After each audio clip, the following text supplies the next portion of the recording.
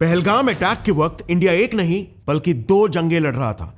एक तरफ हम पाकिस्तान से तो लड़ ही रहे थे, तो पूरी दुनिया जानती है, मगर दूसरी तरफ बहुत कम लोग ये जानते हैं कि उसी सेम समय पर हम यूएस प्रेसिडेंट डोनाल्ड ट्रंप के साथ भी एक इनविजिबल वॉर लड़ रहे थे, diplomatic war.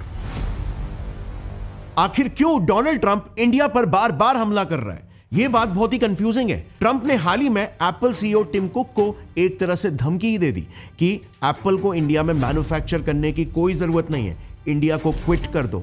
I had a little problem with Tim Cook yesterday. I said to him, Tim, you're my friend. I treated you very good. You're coming in with $500 billion, but now I hear you're building all over India. I don't want you building in India. You can build in India if you want to take care of India. अब ये धमकी एक बहुत ही important सवाल खड़ा करती है। Trump जो कुछ ही सालों पहले तो मोदी को अपना अच्छा दोस्त बता रहा था। Prime Minister Modi was here just recently, and we've always been very good friends. And he's a very smart man and a great friend of mine, actually. Podcast में जाकर पीएम मोदी को the nicest human being ever, total killer बोल रहा था। Modi, India. Yeah. He's a friend of mine. He's great. On the outside, he looks like he's your father. He's the nicest, total killer. बड़े crowd के सामने उन्हें happy birthday wish कर रहा था। Prime Minister Modi, wishing you a very happy birthday. Happy birthday. मगर वही Trump आज एक के बाद एक कंप्लीटली एंटी इंडिया डिसीजंस ले रहा है। आप खुद ही देखो, 22 अप्रैल 2025 पाकिस्तान ने हिंदुस्तान पर एक भयानक आतंकवादी हमला किया, पहलगाम अटैक। लेकिन इसके बस 4 दिन बाद जानते हो क्या हुआ? अमेरिका ने उल्टा इंडिया की इकोनॉमी पर एक भयानक वार किया। एक American company world liberty financial ने पाकिस्तान के साथ एक सीक्रेट डील साइन किया। ध्यान से सुनना, पाकिस्तान को पूरे साउथ एशिया का नया क्रिप्टो करेंसी हब बनाने के लिए। अब गेस करो, यह American company world liberty financial का मालिक कौन है? वेल, डोनाल्ड ट्रंप की फैमिली, जिनका इसमें 60% स्टेक है। सो मतलब पाकिस्तान जैसे टेररिस्ट नेशन को आप एक क्रिप्टो एटीएम बनाने दे रहे हो जिसका इस्तेमाल क्रिमिनल्स करते हैं इलीगल ट्रांजैक्शंस करने के लिए, जैसे weapon purchase, drug smuggling, terrorist activities etcetera. इस मीटिंग में पाकिस्तान आर्मी चीफ आसिम मुनीर और पीएम शहबाज शरीफ दोनों मौजूद थे और अमेरिका और पाकिस्तान के बीच इस पूरी डील को एक क्रिप्टो प्लेटफॉर्म बाइनेंस के फाउंडर ने ब्रोकर किया। एंड यू नो व्हाट, इसके कुछ ही दिनों बाद उसी बाइनेंस के फाउंडर का हमारे देश की इकोनॉमी पर एक एक्सपर्ट ओपिनियन जरा देखना। इंडियन इकोनॉमी एक शार्प डाउनफॉल पर है। इनके हिसाब से इंडिया को मल्टी बिलियन डॉलर्स का नुकसान हो रहा है। इनके हिसाब से यूएस पाकिस्तान डील के तुरंत बाद इंडिया अचानक से एक डूबती हुई इकोनॉमी बन गई और पाकिस्तान जो अब तक आईएमएफ से 28 लोन्स ले चुका है, जैसे तैसे करके अपने दिन काट रहा है, वो साउथ एशिया का अगला इकोनॉमिक पावर हाउस बनने वाला है। एंड आई रिपीट, ये पहलगाम अटैक के बस 4 दिन के अंदर ही। नेक्स्ट, अभी तक यूएस इंडिया से एक्सपोर्टेड इंडियन प्रोडक्ट्स पर 3.91% टैरिफ्स यानी टैक्स लगाता था, पर पिछले ही महीने अप्रैल 2025 में यूएस ने ये टैरिफ्स बढ़ाकर 26% कर दिया, यानी कि 6 गुना बढ़ा दिया, जिसका सीधा निशाना बनी हमारी एक्सपोर्ट इंडस्ट्री। इससे इंडियन प्रोडक्ट्स यूएस में एकदम से महंगे हो गए, उनकी डिमांड एकदम से घट गई और नतीजन कई एक्सपोर्ट डिपेंडेंट सेक्टर्स रातों रात घायल हो गए, स्पेशली इंडिया का डायमंड सेक्टर, क्योंकि आज भी इंडिया अपने टोटल जेम्स और ज्वेलरी एक्सपोर्ट्स में 30% एक्सपोर्ट अकेले यूएस को ही करता है। लेकिन टैरिफ्स बढ़ाने की वजह से आज यही इंडस्ट्री इकोनॉमिकली स्ट्रगल कर रही है, हजारों इंडियंस की नौकरियां जा रही है।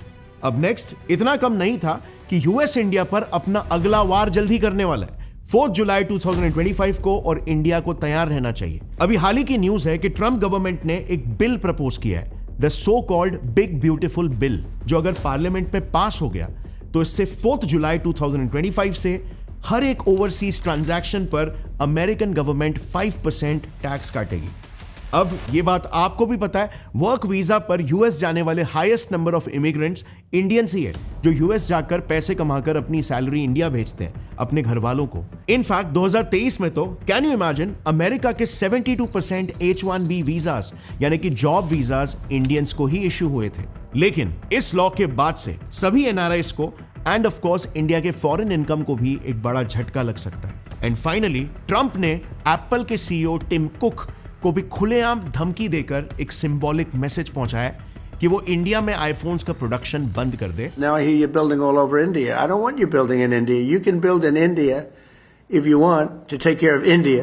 वो तो फॉर्चुनेटली टिम ने ट्रंप की बात को पूरी तरह से नजरअंदाज कर दिया और उल्टा उसने इंडिया में अपनी मैन्युफैक्चरिंग कैपेसिटी को बढ़ाने का प्लान अभी हाल ही में सबके सामने रखा है। Apple plans to focus more on India. Apple, which currently makes up to about 5% of its global iPhone supplies in India, is targeting to increase that to about 25%. मगर इसके पीछे एक बहुत ही इंटरेस्टिंग रीजन है, एक ऐसी चीज जो इंडिया एप्पल को ऑफर कर रहा है जो शायद ही कोई और देश उसे ऑफर कर सकता है। ये सब हम आगे डिटेल में डिस्कस करेंगे, लेकिन फिलहाल अनलाइक एप्पल, कई अमेरिकन कंपनीज ट्रंप की इन धमकियों से डर गई है। उन्होंने इंडिया में अपने इन्वेस्टमेंट्स को विदहोल्ड कर लिया है और कुछ कंपनियों ने तो इंडियंस को ले ऑफ करना भी स्टार्ट कर दिया है या फिर जॉब ऑफर लेटर्स देने के बावजूद रिजेक्ट कर रहे हैं। Now, tech giant Apple has reportedly terminated several employees of Indian origin in the United States. There will be layoffs and suddenly you are lost. You have 60 days to find another job and stay in the US, otherwise you become illegal. They were fired without warning and accused of unethical behavior and fraud. वजह सिर्फ एक है, Trump government के anti India policies. लेकिन ऐसा कैसे हो सकता है यार? I mean, ये बात तो बहुत ही क्लियर है। अभी हाल ही में CIA के डीक्लासिफाइड डॉक्यूमेंट्स भी लीक हुए थे जिसमें क्लियरली ये बताया गया है कि इंडिया को चाइना के अगेंस्ट एक काउंटर वेट की तरह अमेरिका खड़ा करना चाहता है। और अगर आप कुछ ही समय पहले के हाल देखोगे तो ट्रंप, जिसके इलेक्शन जीतने की खुशी पूरे हिंदुस्तान ने मनाया, Far away from the US, there were celebrations in Indian state of Uttar Pradesh to mark Republican candidate Donald Trump's victory. Trump की जीत की बधाई हो, बधाई हो, बधाई हो। जिंदाबाद, डोनाल्ड ट्रंप जिंदाबाद। जो बाइडेन के बाद ट्रंप के आने से ऑलमोस्ट सभी 140 करोड़ इंडियंस खुश थे। हमें लगा था कि अब इंडिया और यूएस के रिश्ते गहरे होंगे, अमेरिका इंडिया की इकोनॉमी को सपोर्ट करेगा। इनफैक्ट इंडिया पाकिस्तान वॉर के समय भी तो हम यही सोच रहे थे ना कि पहली जंग होगी जिसमें यूएस और रशिया दोनों इंडिया को सपोर्ट करेंगे। लेकिन आज वही ट्रंप इंडिया का एक बड़ा दुश्मन क्यों बन रहा है? क्या हमसे कोई गलती हो गई है? क्या हमने ऐसा कुछ काम कर दिया जिससे यूएस ऑफेंड हो गया? वेल, यस, इंडिया ने एक बहुत ही डेयरिंग काम कर लिया है। इंडिया ने पहली बार अपने खुद के पैरों पर खड़ा होने की जरूरत की है। इंडिया ने पहली बार अपने देश के हित के लिए यूएस तक को शर्मिंदा करने की जरूरत की है, और वो भी एक बार नहीं बल्कि बार बार।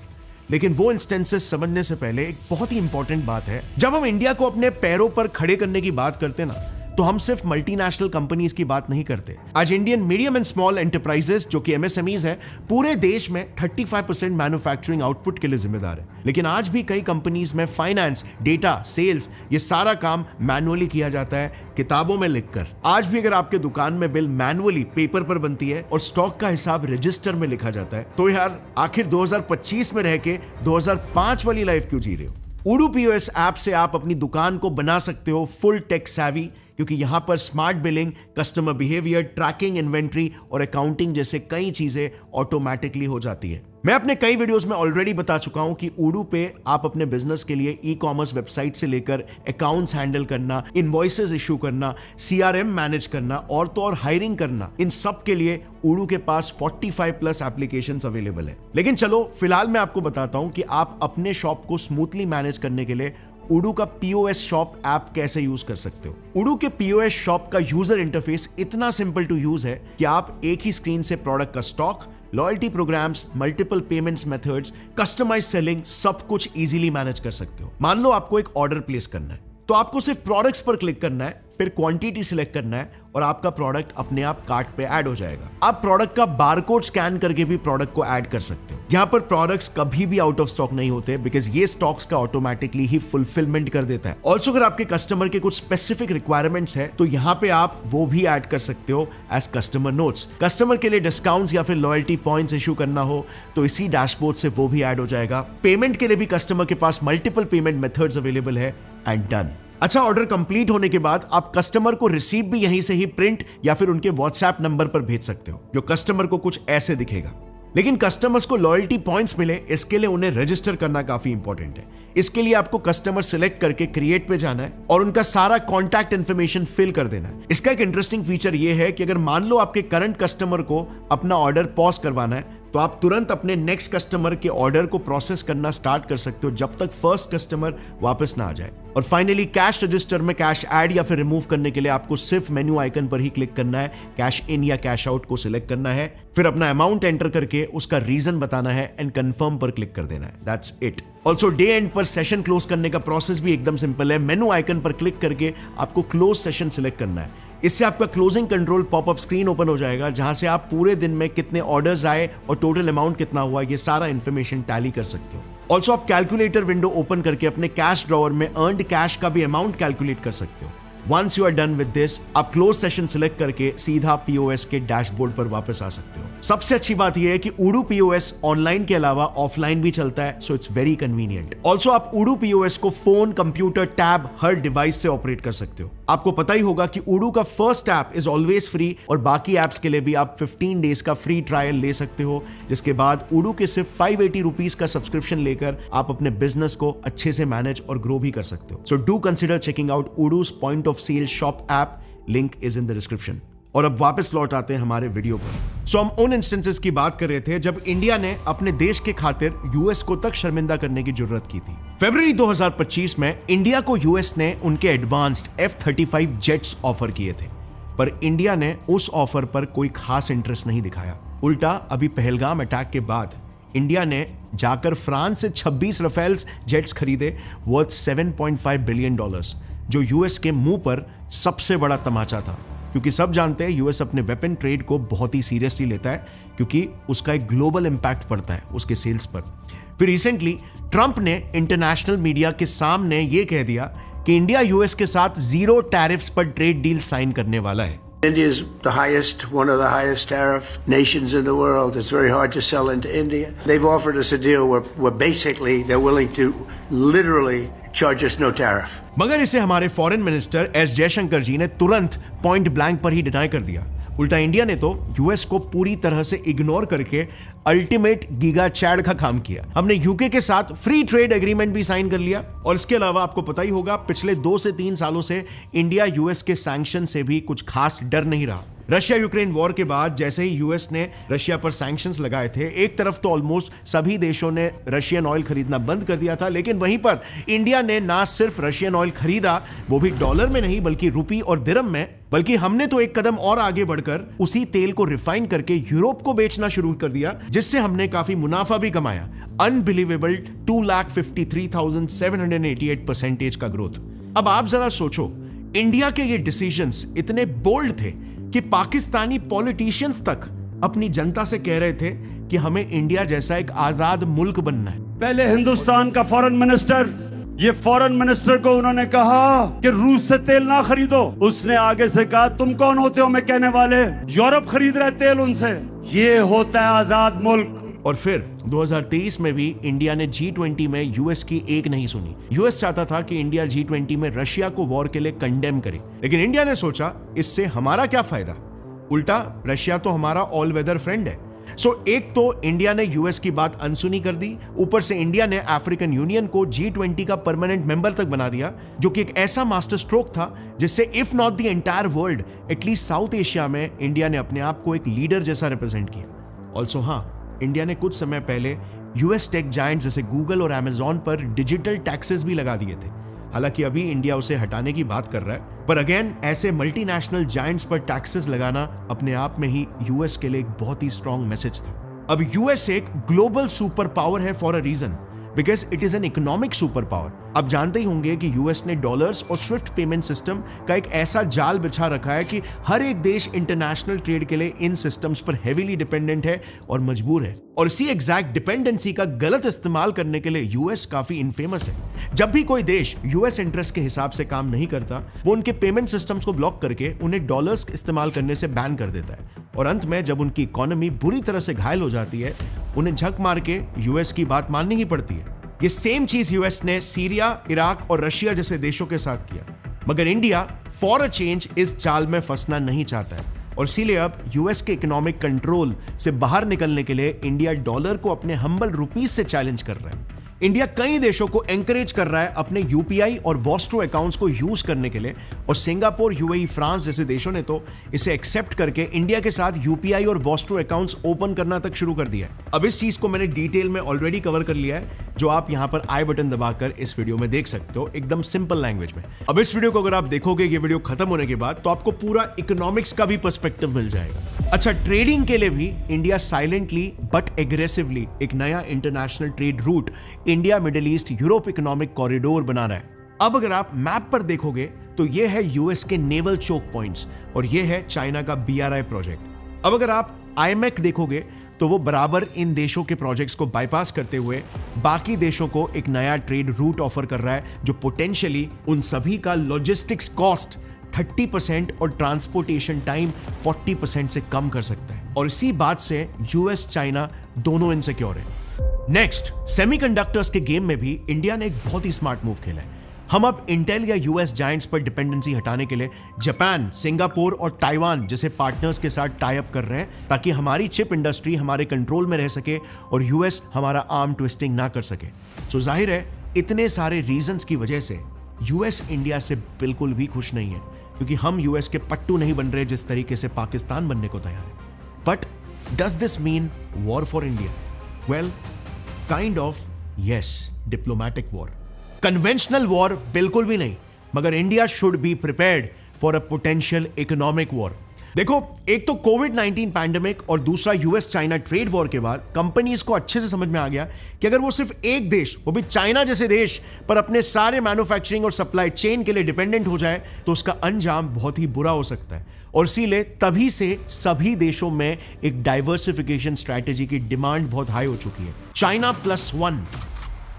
IBM is the latest U.S. company to retreat from China. International Business Machines, or IBM, shutting down a key research division in China. Global companies are packing up and pulling their factories out of China.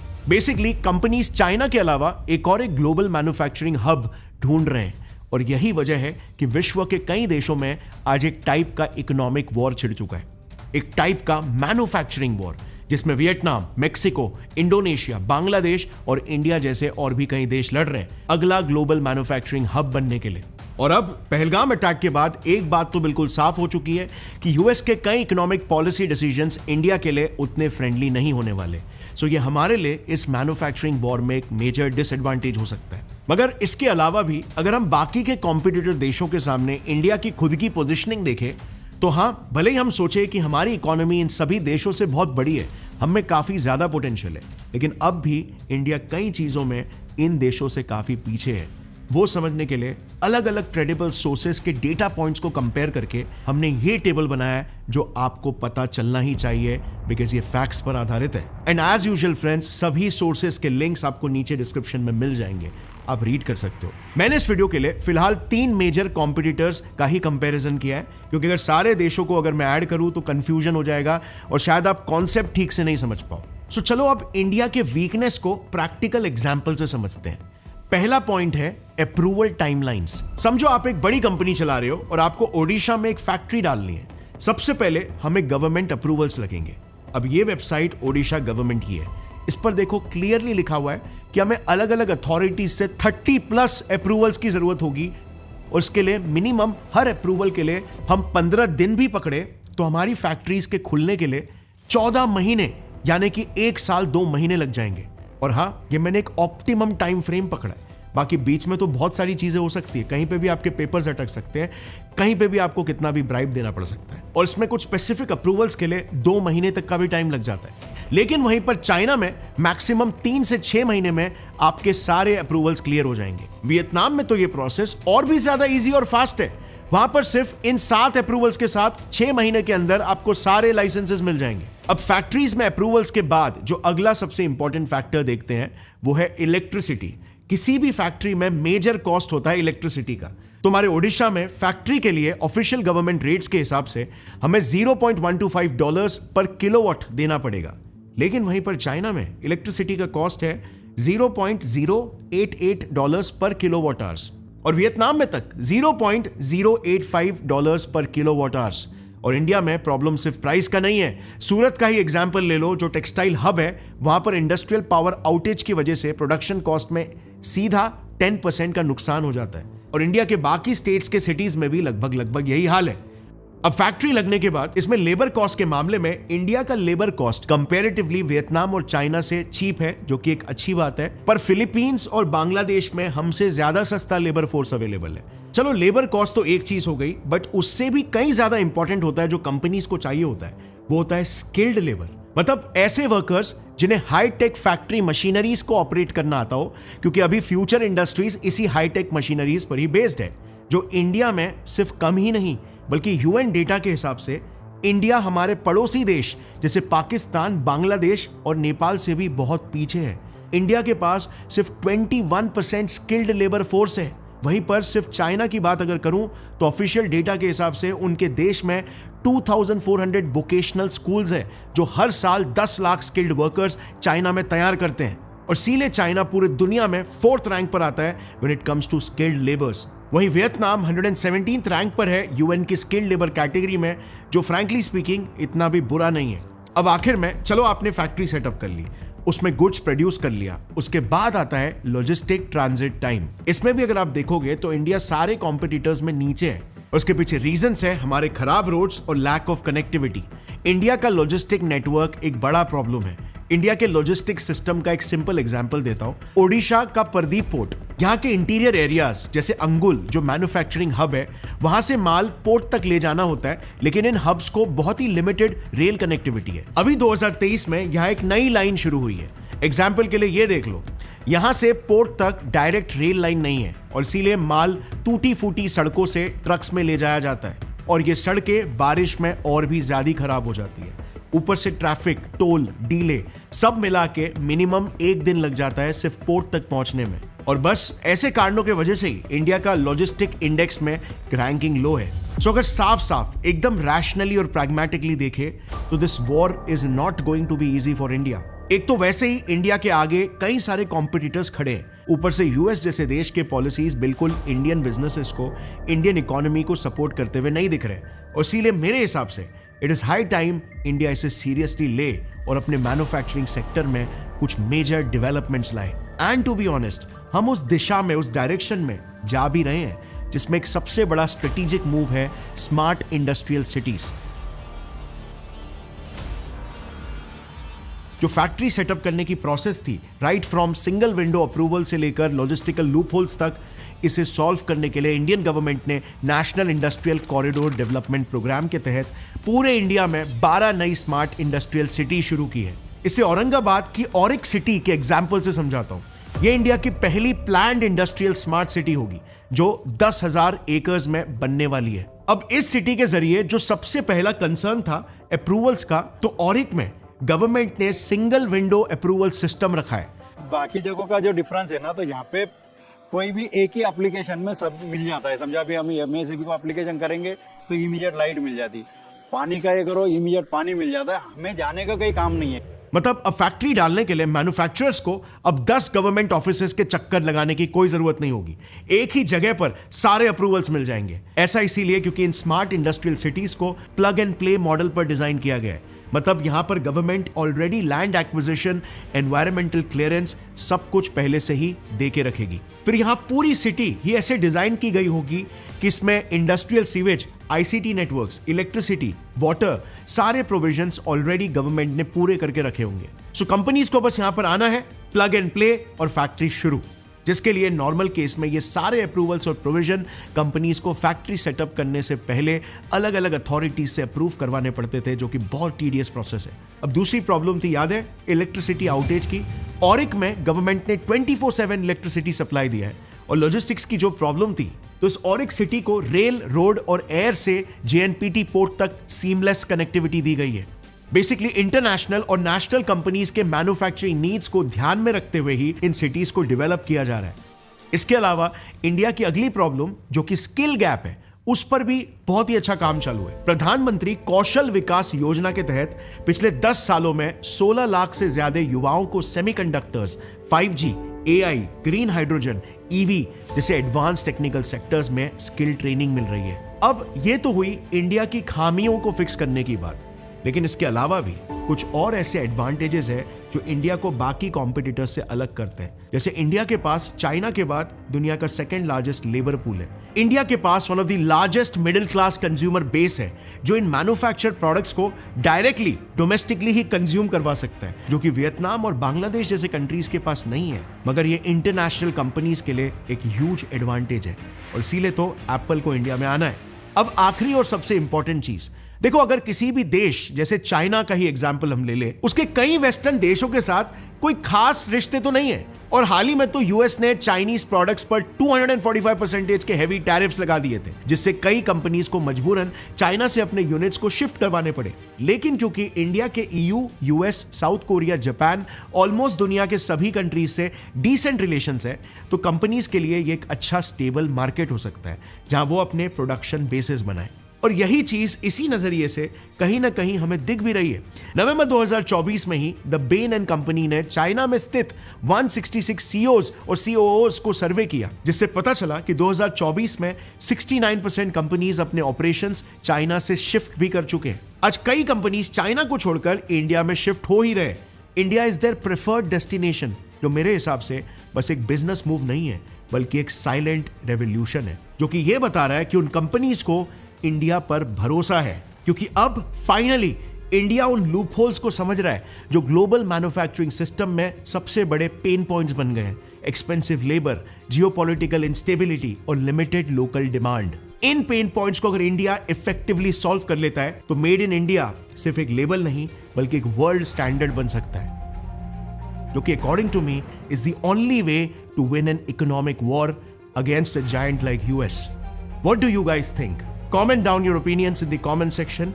And thanks a lot for watching this video. See you next time. Jai Hind.